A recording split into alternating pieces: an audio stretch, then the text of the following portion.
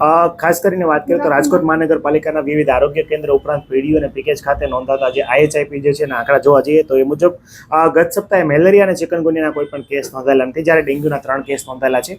આ ઉપરાંત જોવા જઈએ તો શરદી ઉધરસના 804 કેસ, સામાન્ય જે તાવના જે 730 કેસ, 167 કેસ જે છે ઝાડા ઉલટીના નોંધાયેલા છે.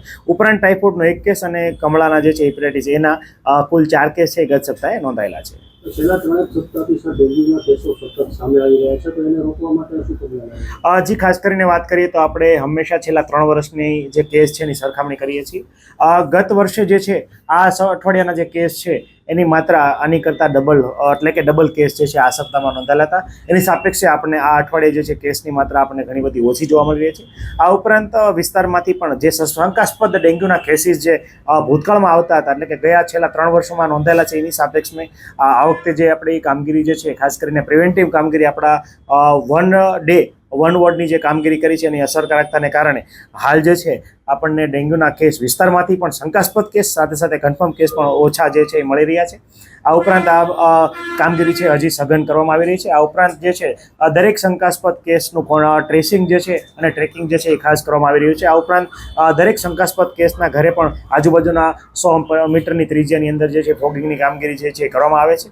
આ ઉપરાંત જે છે ખાસ કરીને હાલ જે છે વેક્ટરબોર્ન ડિઝીઝ એટલે કે ખાસ કરીને ડેન્ગ્યુના ચિકનગુનિયા ન ફેલાય એના માટે આપણે આ પરફેક્ટ સિઝન જે છે ચાલી રહી છે, એનું સંધાને કામગીરી છે ચાલુ છે. જોવા જઈએ તો ખાસ કરી અટકાયતી પગલામાં જોવા જઈએ તો 522 જેટલા પ્રિમાઇસીસ છે અને નોટિસ ઇસ્યુ કરવામાં આવી છે, જેમાં જે રહેણાંકના 285 અને 126 જે છે કોમર્શિયલ આસામીઓને નોટિસ આપવામાં આવી છે. આ ઉપરાંત નોટિસ આપ્યા પછી આગામી સમયમાં વહીવટી ચાર્જ પણ વસૂલ કરવામાં આવશે. પાણીજન્ય રોગચાળો અટકાવવા હજી ખાસ કરીને જોવા જઈએ તો પાણીજન્ય રોગચાળામાં આપણને ત્યાં પાણીજન્ય રોગચાળામાં કમળો અને એના કમળાના છૂટાછવાયા કેસીસ છે એ ગત સપ્તાહે 4 નોંધાયેલા છે.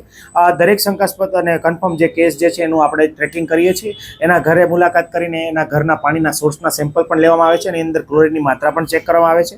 આ ઉપરાંત એની ફૂડ હિસ્ટ્રી પણ જે છે એ એસેસ કરવામાં આવે છે અને અનુસંધાને ઇન્ફેક્શનનો સોર્સ પણ શોધવામાં આવતો હોય છે. ગત સપ્તાહે ખાસ કરીને ટાઇફોઇડના 1 કેસ અને જે કમળાના 4 કેસ નોંધાયેલા છે, તમામનું કોન્ટેક્ટ ટ્રેસિંગ પણ કરવામાં આવેલું છે.